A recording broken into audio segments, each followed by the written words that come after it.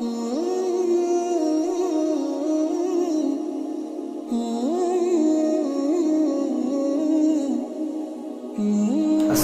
আলাইকুম রহমতুল্লাহি ওয়া বারাকাতুহু। সুপ্রিয় দর্শক, আপনারা সবাই কেমন আছেন? আমি আলহামদুলিল্লাহ মহান রব্বুল আলামিনের অশেষ রহমতে আলহামদুলিল্লাহ ভালো আছি। মহান রব্বুল আলামিনের দরবারে লাখ কোটি শুকরিয়া আদায় করি যে মহান রব্বুল আলামিন আমাকে সুস্থ রেখে আপনাদের সামনে কিছু কথা বলার তৌফিক দান করেছেন। এই জন্য শুকরিয়া দান আবার বলি আলহামদুলিল্লাহ। সুপ্রিয় দর্শক, আজকে আলোচনা করব ঝগড়া ও তর্ক নিয়ে। আল্লাহর পথের প্রতীক বা ধার্মিক মানুষের জন্য শয়তানের একটি বড় ফাঁদ ঝগড়া বা বিতর্কে জড়িয়ে পড়া। এই সকল বিষয় নিয়ে আজকে আলোচনা করব। সুপ্রিয় দর্শক, চলুন আলোচনায় যাওয়া যায়। আমাদের মধ্যে সর্বদা চেষ্টা করতে হবে বিতর্ক এড়িয়ে চলার। একান্ত বাধ্য হলে আমরা আলোচনায় লিপ্ত হব, কিন্তু ঝগড়ায় লিপ্ত হব না।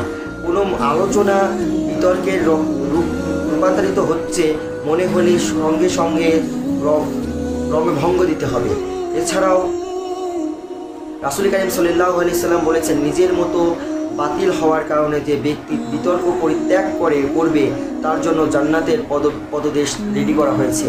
মানে বুঝতে পারছি তো আমরা, যদি কোনো একটা আলোচনা করতে করতে আমার নিজের মত এখানে খাটছে না, এর জন্য যদি আমি ঝগড়া করি তাহলে কিন্তু এটা গুনাহ হয়ে যাবে। আর যদি আমি আমার মতকে প্রাধান্য না দিয়ে তার থেকে ঝগড়া না করে বেরিয়ে আসি, তাহলে আমার জন্য জান্নাতের দেশটা সুসজ্জিত করা হচ্ছে। বলেন না সুবহানাল্লাহ। আর যে ব্যক্তি নিজের মতো সঠিক হওয়া সত্ত্বেও বিতর্ক পরিত্যাগ করবে না, তার জন্য জাহান্নামের মধ্যবর্তী স্থানে বাড়ি নির্মাণ করা হবে। নাউজুবিল্লাহ। তাহলে বুঝতে পারছি যে ব্যক্তি আমার কথার দাম দিচ্ছে না, তারপরে আমাদের সাথে বিতর্কে জড়িয়ে পড়ছি, তাহলে এই বিতর্ক থেকে যদি আমি বেরিয়ে না আসি, বিতর্ক দ্বারা যদি চালিয়ে যাই, ঝগড়া চালিয়ে যাই, তবে আমার জন্য কিন্তু জাহান্নামে একটা বাড়ি তৈরি হয়ে যাবে। বলেন না নাউজুবিল্লাহ। এটা কিন্তু সরাসরি হাদিস রাসূল কারীম সাল্লাল্লাহু আলাইহি ওয়াসাল্লাম থেকে বর্ণিত। আর যারা আচরণ সুন্দর ও অমায়িক, তার জন্য জান্নাতের সর্বোচ্চ স্থানে বাড়ি নির্মাণ করা হবে। হাদিসটি সহিহ। সুবহানাল্লাহ সুবহানাল্লাহ। মানে যারা সঠিক এবং এই ঝগড়া থেকে বিরত থাকবে এবং ঝগড়া থেকে বেরিয়ে আসবে, তাদের জন্য জান্নাতে একটি বাড়ি নির্মাণ করা হবে। এটা সহিহ হাদিস, রাসূল কারীম সাল্লাল্লাহু আলাইহি ওয়াসাল্লাম নিজে বর্ণনা করেছেন। বলেন না সুবহানাল্লাহ। তাজকিয়া ও আত্মশুদ্ধির কিছু কর্ম আমরা দেখেছি। অন্তরের পরিশুদ্ধ বা তাজকিয়ার নাম ইসলামের মূল নিদর্শন। বিভিন্ন দৈহিক ইবাদত বা পরিশুদ্ধ অর্জনের সাথে সহায়ক, তবে মানসিক কর্মের গুরুত্ব একত্রেই বেশি। মানসিক কর্মের সওয়াব ও গুনাহ যেমন অনেক বেশি, তেমনি আত্মশুদ্ধির ক্ষেত্রে তার প্রভাবও বেশি। প্রথমত বর্জনীয় মানসিক কর্ম। দৈহিক ইবাদতের মতো মানসিক ইবাদতেও বর্জনীয় ও করণীয় দুটি দিক রয়েছে।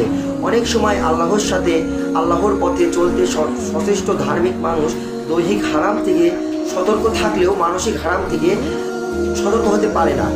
তার বৈচিত্র্যময় মিথ্যা, মদ্যপান, সালাত বা সিয়াম পরিত্যাগ ইত্যাদি পাপে কখনোই লিপ্ত হন না। কখনো এরূপ কিছু করলে সতর্কতা তওবা ইস্তেগফার করতে থাকেন, কিন্তু জেনে অথবা না জেনে তারা বিভিন্ন মানসিক পাপের মধ্যে লিপ্ত হয়ে পড়েন। অন্তরের পাপ নেককার মানুষের নেক আমল নষ্ট করে দেয়, অথচ সেগুলো অনুধাবন করা বা অনেক সময় ধার্মিক মানুষের জন্য কষ্টকর হয়ে যায়। আমরা এখানে সংক্ষেপে এই জাতীয় কিছু পাপের পথ আলোচনা করতে যাব। নতুন একটি ভিডিওতে এই ধরনের বিষয়ে আমি আলোচনা করব। আজকের মতো এই পর্যন্তই। ওমা তাওফিকা ইল্লা বিল্লাহ। আসসালামু আলাইকুম রহমতুল্লাহি ওয়া বারাকাতুহু।